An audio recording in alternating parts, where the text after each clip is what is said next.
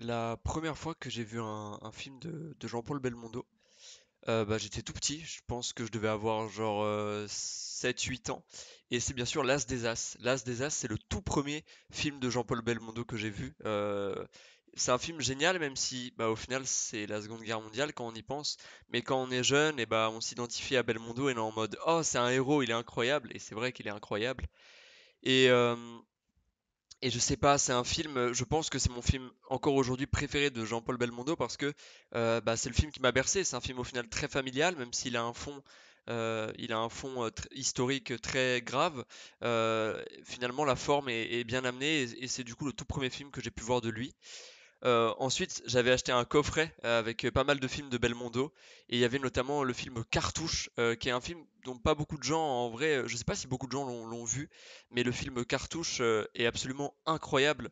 Je trouve qu'il est trop fort en fait pour jouer le voleur, le brigand, mais avec ce petit sourire, ce côté taquin que Belmondo a toujours eu.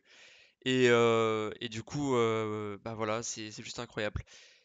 Bon, bonjour à tous, c'est Nitobac. Euh, J'espère que vous allez bien. Moi, je suis un peu déboussolé. Je vais pas vous mentir. Je fais pas du tout cette vidéo pour le buzz ou quoi que ce soit, hein. Je vois déjà des gens le dire. Rien à voir. Je suis quelqu'un qui est passionné de cinéma depuis qu'il est tout petit.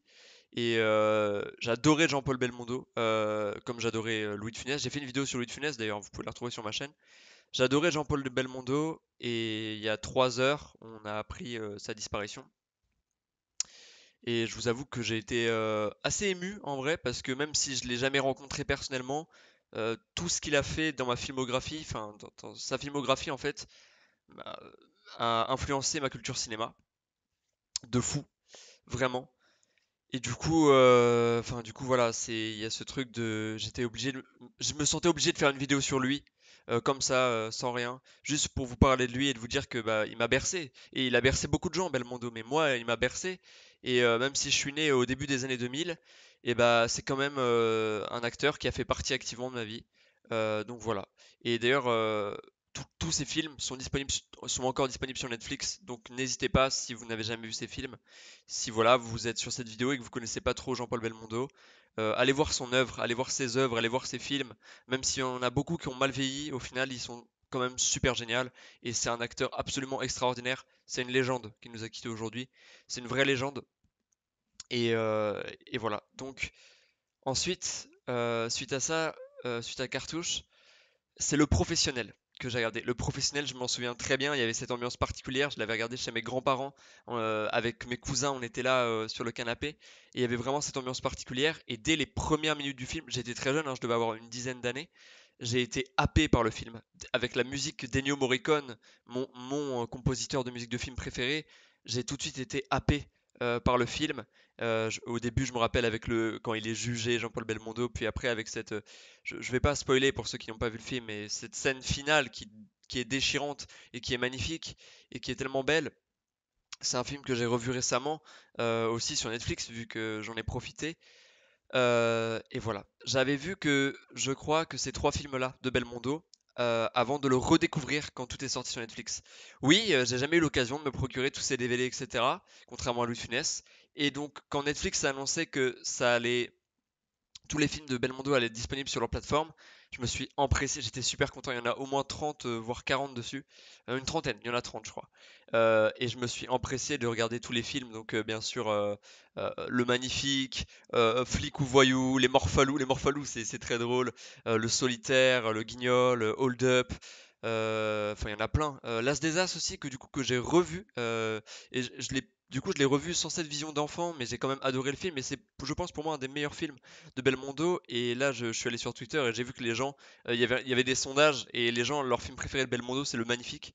Moi, je pense que Peur sur la ville aussi.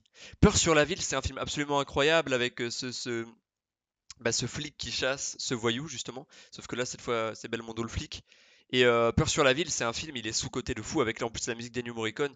Il est absolument incroyable ce film. Quand je l'ai vu, je me suis dit, mais j'ai envie d'en faire une vidéo. Je l'ai pas faite, mais j'aurais pu faire une vidéo sur Peur sur la ville.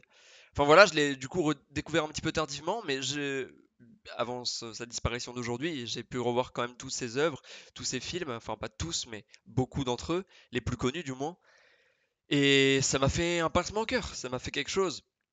Je pense que c'est quelqu'un qui nous a tous bercés. Une chose est sûre, c'est que c'est une légende du cinéma, et pas que du cinéma français, hein, vraiment c'est un pilier du cinéma. Il y a beaucoup d'Américains qui ont fait aussi des tweets sur lui, etc. Parce que même eux, bah, ils regardent du cinéma français, tu vois, et les acteurs comme Louis de Funès, Belmondo, Bourvil, ce sont des acteurs qui ont bercé le monde entier et pas seulement la France, et ça, faut le comprendre aussi. Donc voilà, ça va pas être une vidéo très longue, je voulais juste... voilà, je voulais juste j'espère qu'il va reposer en paix. Il mérite en tout cas. C'est incroyable. Vraiment, c'est un acteur.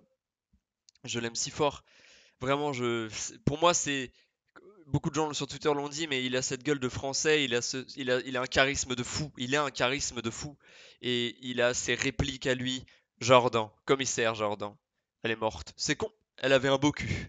Incroyable, tu vois, toutes ces répliques-là, mais tellement cultissimes. C'est vraiment un acteur culte du cinéma qui s'éteint aujourd'hui, et j'ai l'impression que c'est le dernier de cette génération, bah, justement avec Funès et tout. J'ai l'impression que c'est le dernier de cette génération de films dans les années 70-80 qui ont bercé bah, nos grands-parents, nos parents et nous en fait. Et voilà, c'est quelque chose de fou. Donc voilà, je pense que je vais pas trop m'éterniser, je voulais juste faire une petite vidéo. Euh, J'espère qu'il repose en paix. N'hésitez pas à me dire en commentaire quel est votre film préféré de Jean-Paul Belmondo. En vrai, ça m'intéresse parce que est-ce que vous aussi vous aimez Peur sur la ville? Enfin voilà, c'était repose en paix, Jean-Paul Belmondo. Merci pour tout ce que tu as fait au cinéma. Merci, merci pour tout. Et, euh, et salut mon pote, comme dirait notre ami. Au revoir les amis. C'était Nitobac. Peace out.